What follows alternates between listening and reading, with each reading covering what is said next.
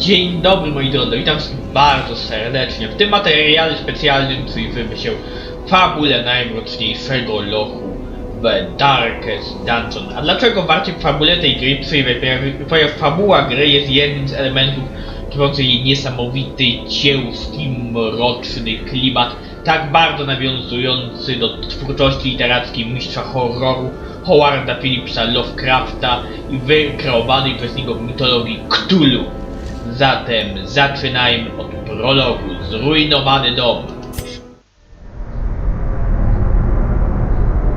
Ruin has come to our family. You remember our venerable house? Opulent and imperial, gazing proudly from its stoic perch above the moor. I lived all my years in that ancient, rumor-shadowed manor, fattened by decadence and luxury. And yet I began to tire of conventional extravagance. Singular, unsettling tales suggested the mansion itself was a gateway to some fabulous and unnameable power. With relic and ritual, I bent every effort towards the excavation and recovery of those long-buried secrets, exhausting what remained of our family fortune on swarthy workmen and sturdy shovels. At last, in the salt-soaked crags beneath the lowest foundations, we unearthed that damnable portal of antediluvian evil.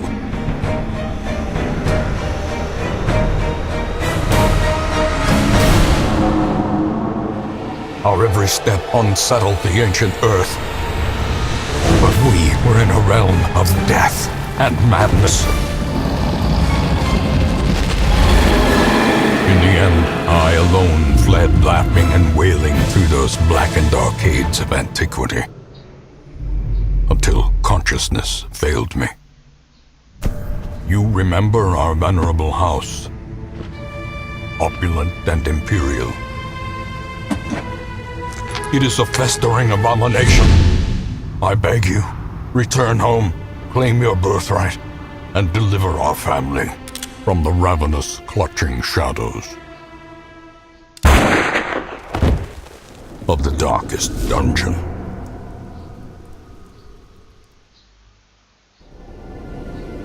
No to teraz zobaczmy stary trakt, kolejną część prologu.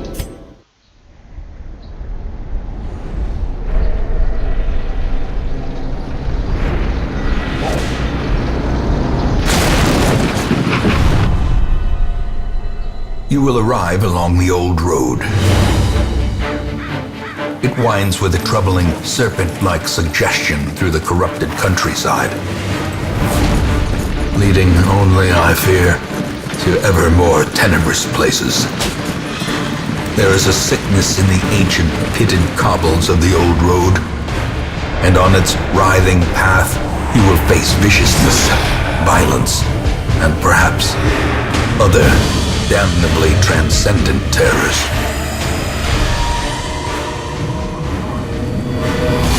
So steel yourself, and remember there can be no bravery without madness. The old road will take you to hell, but in that gaping abyss, we will find our redemption.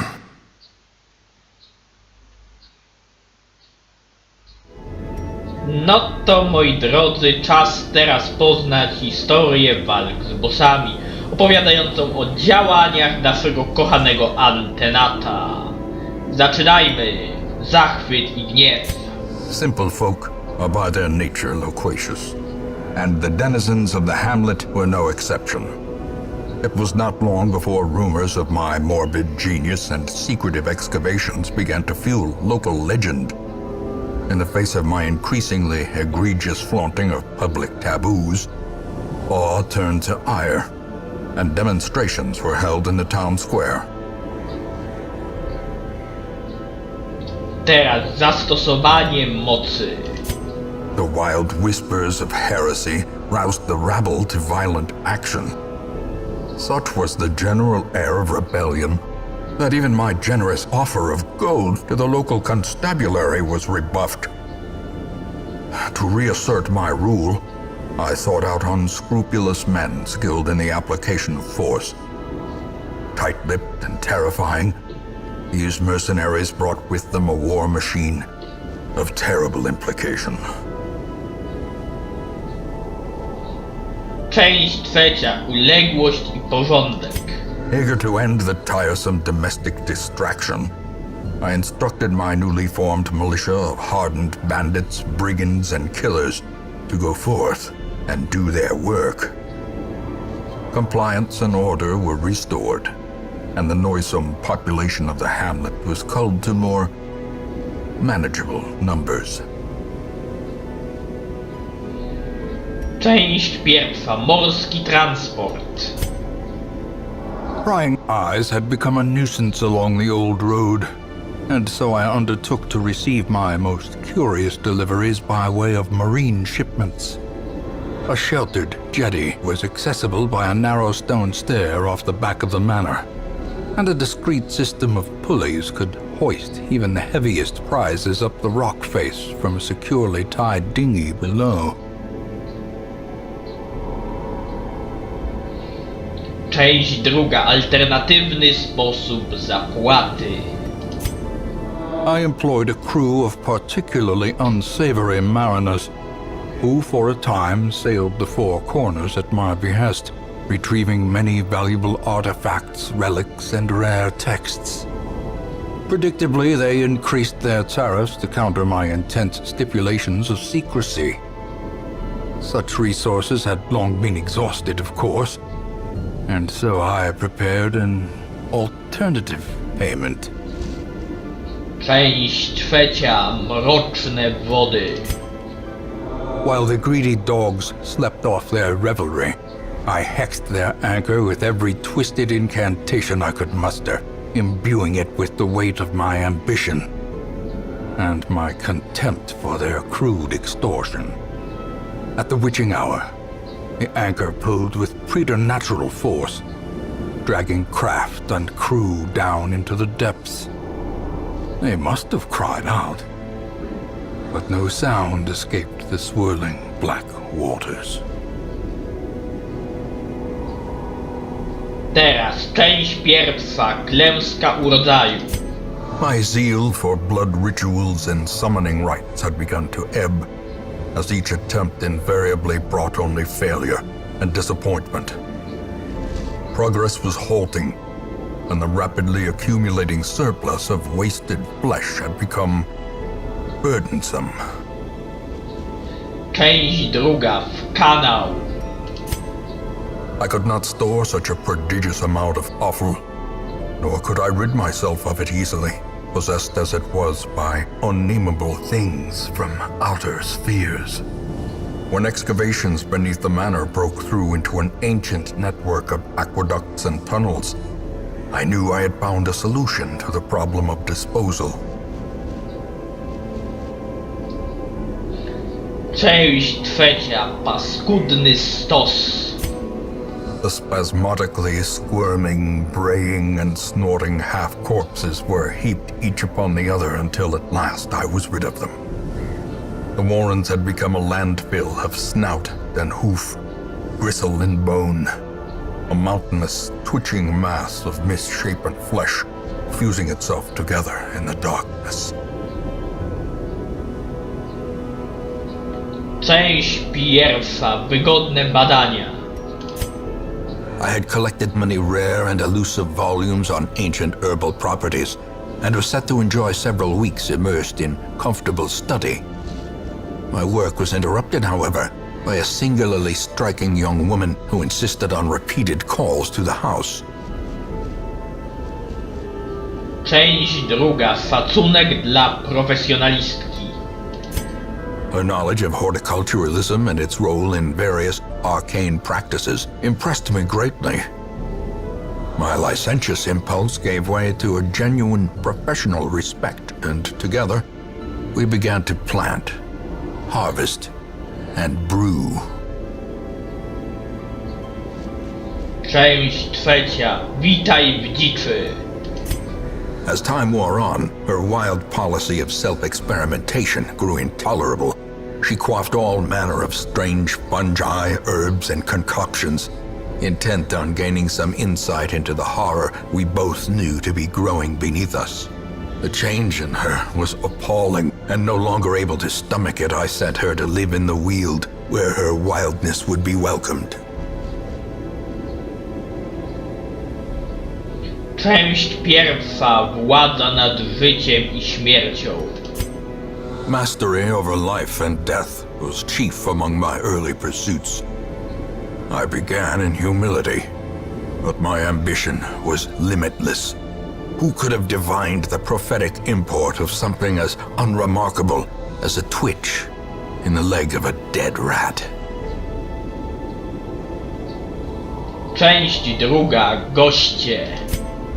I entertained a delegation of experts from overseas, eager to plumb the depths of their knowledge and share with them certain techniques and alchemical processes I had found to yield wondrous and terrifying results.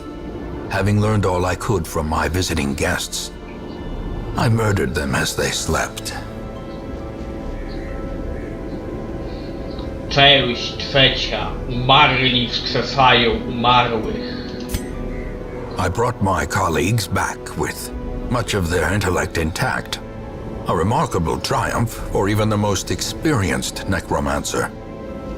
Freed from the trappings of their humanity, they plied their terrible trade anew, the dead reviving the dead, on and on down the years. Forever. Część pierwsza. Wędrowny prorok. Excavations beneath the manor were well underway when a particularly ragged indigent arrived in the hamlet.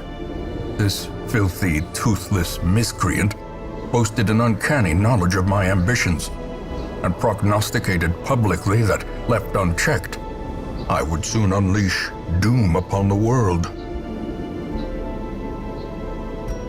Część druga. I tak w kółko. This raving creature had to be silenced, but doing so proved maddeningly impossible.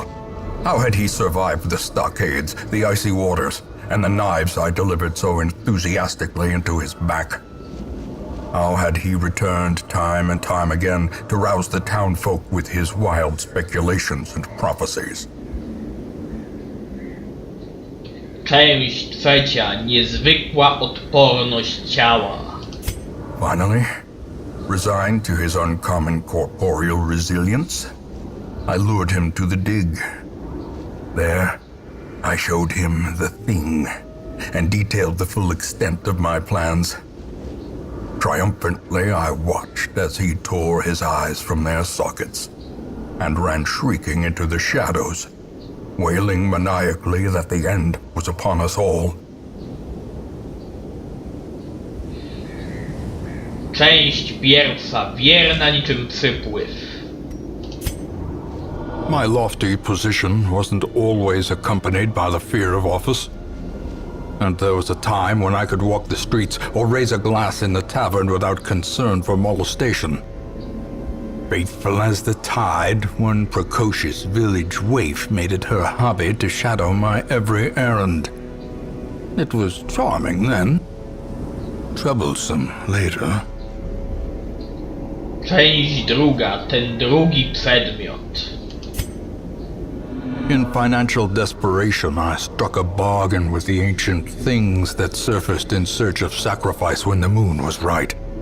Their price was the delivery of an obscure idol and one other item of more troubling portent. The pact struck. My newfound accomplices slipped silently beneath the brackish water. A fearful stirring at the edge of the torchlight betrayed a familiar witness and gifted me with malign inspiration. Część trzecia. Delikatne popchnięcie. Under the blood moon, I lured my wide-eyed prey to the pier's edge. Before she could properly appreciate her position, I clamped on a manacle, chaining her to the leering idol. A small push was sufficient to send both into the icy waters. And when at length the tide receded, jewels of the most magnificent grandeur lay scattered upon the shore. Część pierwsza. Nawyki i rytuały. The ways and rituals of blood sacrifice are difficult to master. Those from beyond require a physical vessel if they are to make the crossing into our reality. The timing of the chants is imperative. Without the proper utterances at precise intervals, the process can fail spectacularly.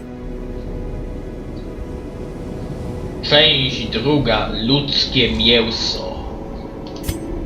My first attempts at summoning were crude, and the results disappointing. I soon found, however, that the type and condition of the host's meat was a critical factor. The best results came from pigs, whose flesh is most like that of man. Część trzecia. To co najlepsze. The great thing I had managed to bring through was brutish and stupid. Moreover, it required prodigious amounts of meat to sustain itself. But this was only a trifling concern. After all, I had a village full of it. Czyli jak widać, antenat z tej gry to tak zwany chory pojeb. A nawet bardzo chory pojeb. Dobra. Zatem teraz najlepszy kąsek fabularny, czyli The Darkest Dungeon. Każda wyprawa. Once again, the stars are right, and the manor sits at the very epicenter of cosmic unrest.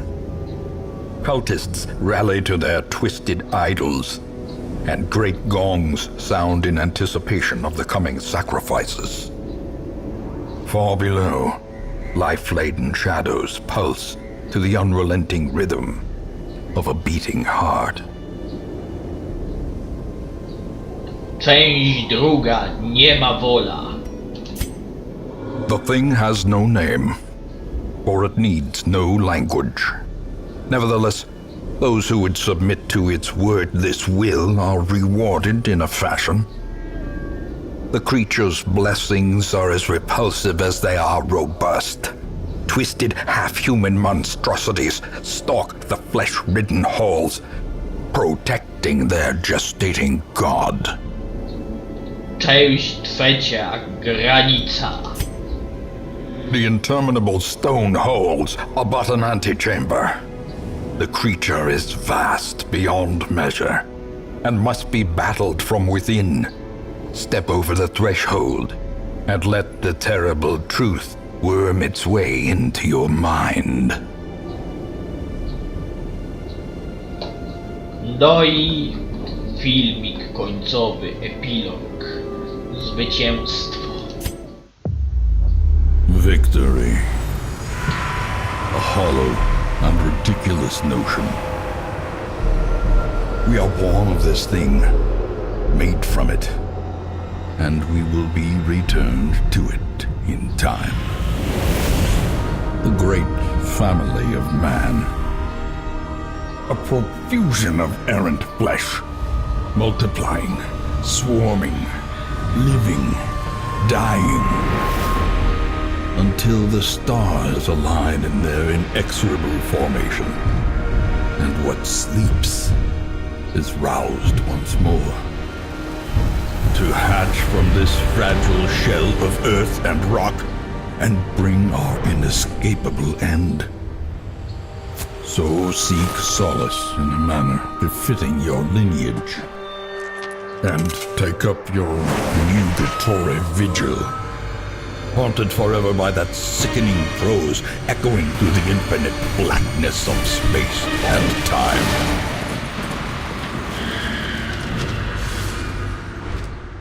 Ruin has come to our family.